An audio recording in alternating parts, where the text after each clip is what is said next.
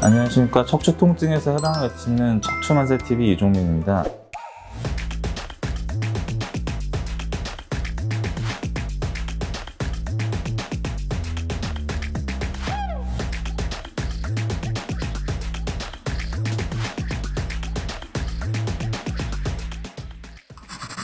오늘은 저번 시간에 이어서 척추 변형 질환 중 하나인 척추 측만증에 대해서 알아보겠는데요. 척추 측만증이라고 하는 거는 이제 말 그대로 척추가 옆으로 휘는 질환인데, 이게 진단 자체는 가장 많이 휘어있는 두 분절의 각도로 쟀을 때 10도 이상 휘어있는 경우에 이제 저희가 척추 측만증이라고 합니다. 척추 측만증 같은 경우는 이제 첫 번째로 선천성 기형 때문에 생기는 경우도 있지만 굉장히 드물고, 대부분의 경우 이제 특발성 척추 측만증인데 이 경우가 90% 이상입니다. 이런 특발성 측만증 같은 경우는 이제 원인이 뭐냐 이렇게 물어보시는 분들이 많은데, 이 특발성이라는 거는 결국에 이유를 모른다는 거예요. 그래서 정확한 원인은 아직 밝혀지지 않았고, 많은 분들이 이제 오셔가지고 뭐 자세나 이런 것 때문에 나빠진 게 아니라 물어보는데, 자세나 이런 것 때문에 나빠진 게 아니라 아직은 정확한 원인이 밝혀지지 않았습니다. 그래서 사실 특발성 측만증 같은 경우에는 청소년기 환자분들이 굉장히 많이 오는데, 이런 경우에 이제 부모님들이 데리고 와서 내가 이 아이를 자세가 나쁜 거를 빨리 교정해 주지 않아서 이렇게 나빠졌다 이렇게 생각하시고 자책하시는 분들도 많은데, 그렇게 자책하실 필요 전혀 없으시고, 간혹 어떤 분들은 이제 아이한테 너가 이제 평소에 자세가 안 좋아서 이렇게 된 거야 그래서 이렇게 혼내시는 분들도 계신데, 아이 때문에 나빠진 게 절대 아니기 때문에 아이와 부모 두 분 다 죄책감을 가지실 필요는 전혀 없다 이렇게 말씀드릴 수가 있겠습니다. 측만증으로 오시는 경우 대부분이 청소년기에 많이 생기는데, 아이가 이제 옷을 입었는데 한쪽 어깨가 좀 내려간 걸 발견하거나, 아니면 간혹 학교에서 이제 신체 검사상 엑스레이를 가슴 사진 찍었는데 휘어 있는 부분이 있어서 오는 경우도 있고, 이런 경우가 있는데, 자가 진단을 하는 방법을 좀 알려드리면은, 허리를 90도를 숙인 다음에 뒤쪽에서 보게 되면은 견갑골이 좀 튀어나와 있거나,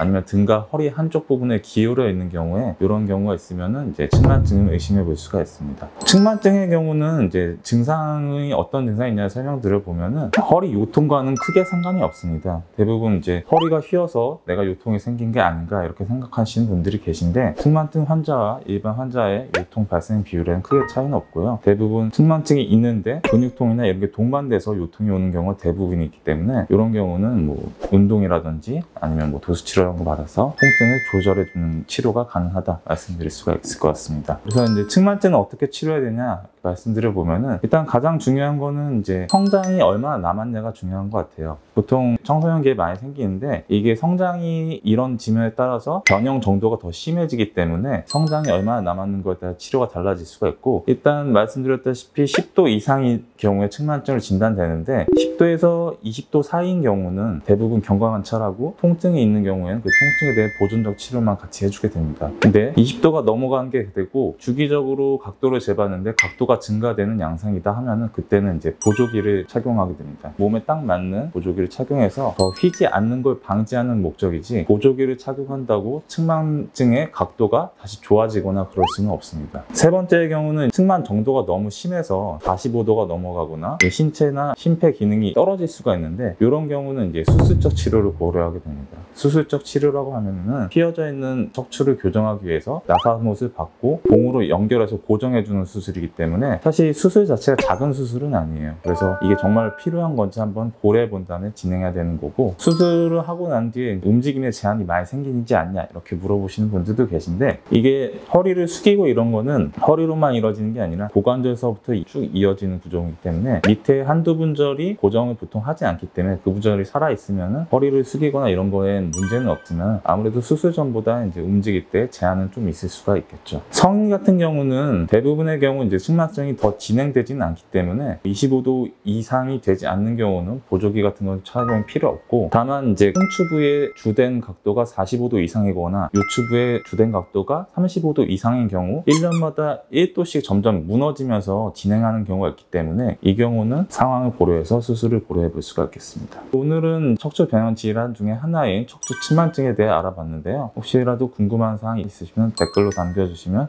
답변해 드리도록 하겠습니다. 감사합니다.